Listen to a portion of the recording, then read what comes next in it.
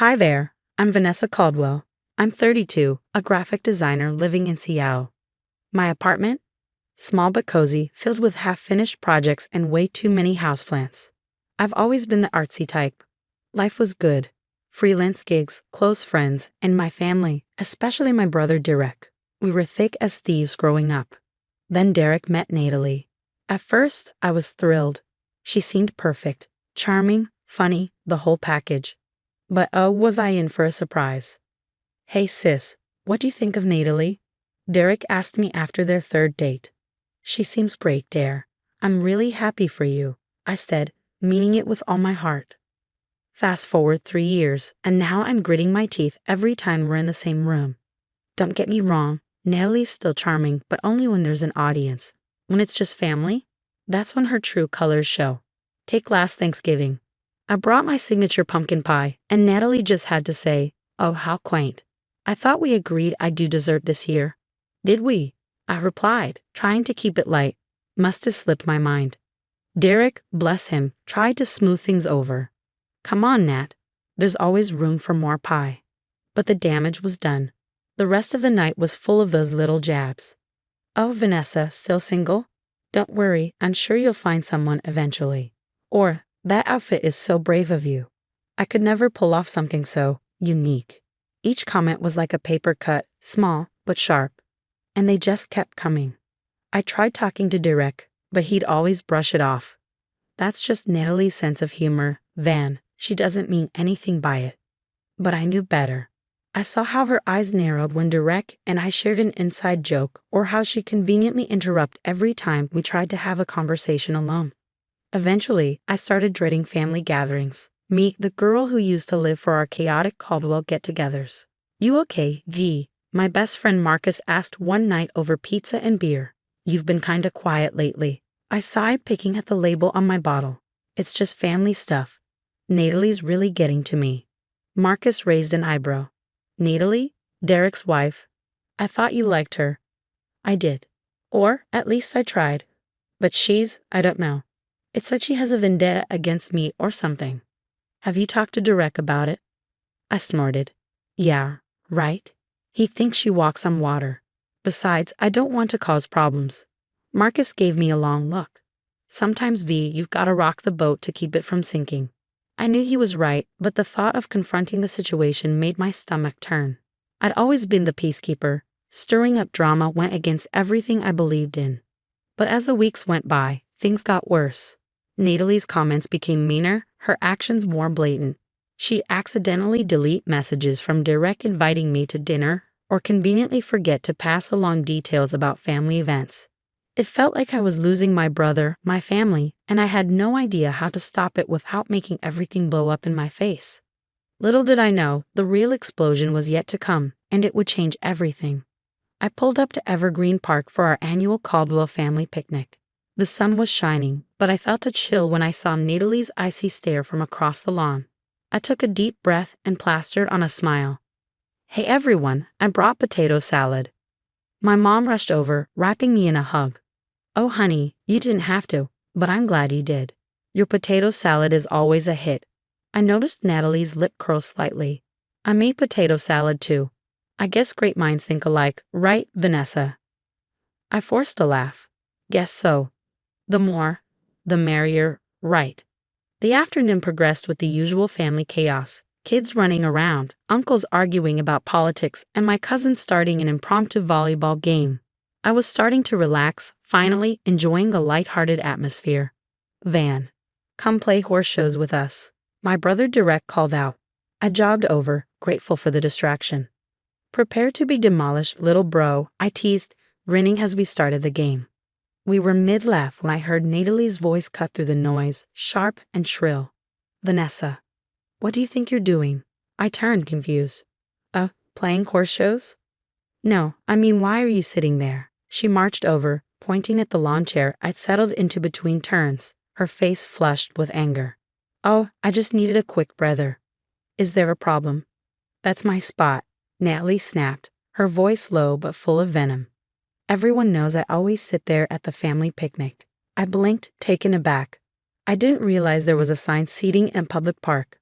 I can move if it's that big a deal. It is a big deal. You're always trying to take what's mine. The hostility in her tone made me flinch. Derek stepped in, trying to calm things down. Babe, come on. It's just a chair. There are plenty of others. But Natalie whirled on him, her eyes blazing. Oh, so now you're taking her side? Typical. I stood up, hands raised in surrender. Look, it's fine. I'll move. No need for drama. As I bent down to grab my water bottle, something caught my eye, a flash of metal glinting in the sunlight. My breath hitched. Natalie had picked up a pair of garden shears from a nearby toolbox. Natalie, what are you? Before I could finish, she lunged at me, shears raised. I stumbled backward, crashing onto the grass as the sharp blades missed my face by inches. My heart raced as she screamed, eyes wild with fury. You think you can just waltz in here and take everything from me? I'll show you what happens to homewreckers. Chaos erupted around us. My dad and uncle rushed to restrain her, while my mom yanked me to safety. Derek stood frozen, shock etched across his face. What the hell, Natalie? I gasped, still trembling. Have you lost your mind? She struggled against my dad's grip, her voice dripping with spite. You've been trying to come between Derek and me since day one.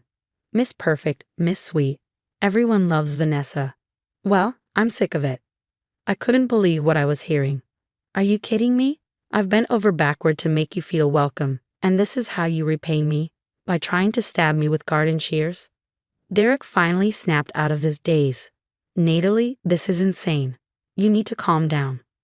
Don't you dare tell me to calm down, she shrieked. If you had any backbone, you'd stand up for your wife instead of always siding with your precious sister. I watched as Derek's face crumpled, torn between the woman he married and his family. In that moment, it hit me just how deep this toxicity ran. As the sound of approaching police sirens filled the air, one of my cousins had apparently called 911. I made a silent bow. No more playing nice. No more walking on eggshells. It was time to stand up for myself and protect my family from Natalie's poison. The idyllic family picnic had become a nightmare, but it was the wake-up call I needed. Things were going to change starting now. The days following the picnic blurred into one anxious stretch. Every sudden noise made me jump, my heart racing whenever the doorbell rang. When my phone buzzed, I saw Derek's name flash across the screen. Again. Van, please, can we talk about this? He begged. I sighed, pinching the bridge of my nose. What's there to talk about, Derek? Your wife tried to stab me. She's really sorry, he insisted. It was just a misunderstanding. A misunderstanding. My voice rose. Derek, she came at me with a weapon. How do you misunderstand that? There was a long pause. Look, Natalie's agreed to go to anger management classes. Can't we just move past this? I couldn't believe what I was hearing. Move past it. Derek, do you even hear yourself? After hanging up, I called Marcus. We met at our favorite coffee shop where I spilled everything. Jesus, Van, that's insane, Marcus said, his eyes wide with disbelief. What are you going to do?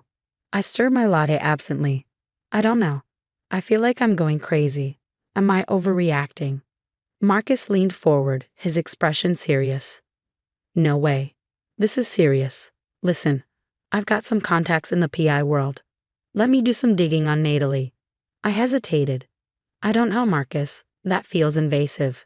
Invasive? He raised an eyebrow. More invasive than attacking you with gardening tools? Point taken. A week later, Marcus called me, his voice tense. Van, you need to see this. Can you come over? At his apartment, he laid out a stack of documents. Natalie's been busy. 2 restraining orders from ex-boyfriends, a sealed juvenile record, and get this, she was fired from her last job for embezzlement. My head spun. What? How did Derek not know about this? Marcus shrugged. She's good at covering her tracks. But that's not all, Marcus said, his voice tense. Remember that big client you lost last month? I nodded, confused by the sudden shift in topic. Well, I did some digging. Turns out, Natalie's been spreading rumors about you, telling potential clients you plagiarized designs and missed deadlines. The room seemed to spin. What? Why would she do that? My guess? She's trying to isolate you, cut off your income and your support system. A wave of nausea washed over me. I have to tell Derek. Be careful, Van. People like Natalie don't go down without a fight. I agonized for days about how to approach Derek. Finally, I invited him over for dinner, determined to have the conversation. As soon as he arrived, I could see the unease on his face. Thanks for coming, I said, trying to keep my voice steady.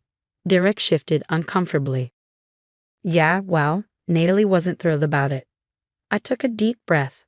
Derek, there's something you need to know about Natalie. My mom, who had been in the kitchen, now stood in the doorway, concern etched into her face. What's going on? I exhaled slowly, feeling the weight of what I was about to say. She's been sabotaging my business, and there's more. She has restraining orders from her past. She embezzled from her last job. Derek sat frozen, his face turning pale as I laid out everything. My dad's voice broke the silence, tight with tension. How do we know this is true? I pulled out the documents Marcus had gathered. It's all here, Derek. I didn't want to believe it either, but the doorbell rang, cutting me off. It was Marcus, looking grim. Van, you need to see this. He switched on the TV. There on the screen was Natalie being led away from her office in handcuffs. Natalie Williams was arrested today for embezzling over $500,000 from her employer, the reporter announced. The room fell silent. Derek's voice, when he finally spoke, was hollow. I'm filing for divorce. The weeks that followed were a whirlwind. Derek moved out of the apartment he'd shared with Natalie, and I helped him find a new place. Natalie's lawyer reached out, desperate for character witnesses. Please, Vanessa, Natalie begged me over the phone one afternoon. I know I messed up, but I can change. I'll get help. I stayed firm. I'm sorry, Natalie, but no, you've had your chances to change. It's time to face the consequences of your actions. As her trial approached, I threw myself into rebuilding my design business. With Natalie's sabotage exposed, old clients came back, and new opportunities poured in. One evening, after a long day of work, Marcus dropped by with takeout. Thought you could use a break, he smiled, setting the containers down on my desk. As we ate, I realized just how much I had come to rely on him. Thanks for everything, Marcus. I honestly don't know how I would have gotten through all this without you. He reached out, giving my hand a reassuring squeeze. Hey, that's what friends are for. But the way he looked at me made me wonder, maybe we could be more than friends. Months passed. Natalie was sentenced to 5 years in prison for embezzlement, and Derek started therapy to work through the trauma of their relationship. As for me, my business was thriving, my relationship with my family was stronger than ever.